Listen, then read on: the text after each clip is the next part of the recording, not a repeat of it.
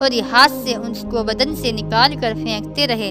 اس کے بعد اطمینان سے رکوع سجدہ کیا، نماز پوری کر کے اپنے ساتھی کو جگایا۔ وہ تو ایک کی جگہ دو کو دیکھ کر بھاگ گیا کہ نامعلوم کتنے ہو، مگر ساتھی نے جب اٹھ کر دیکھا تو انصاری کے بدن سے 3 جگہ سے خون ہی خون بہہ رہا تھا۔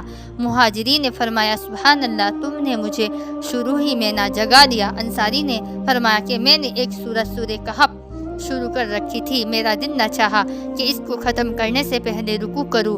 اب بھی مجھے اس کا اندیشہ ہوا کہ ایسا نہ ہو میں بار بار تیر لگنے سے مر جاؤں اور حضور صلی اللہ علیہ وسلم نے جو حفاظت کی خدمتیں سپرد کر رکھی تھی وہ بھی فوت ہو جائے۔ اگر مجھے یہ اندیشہ نہ ہوتا تو میں مر جاتا، مگر سورہ ختم کرنے سے پہلے رکوع نہ کرتا۔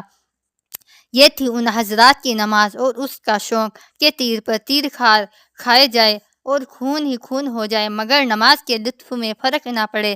ایک ہماری نماز ہے کہ اگر مچھر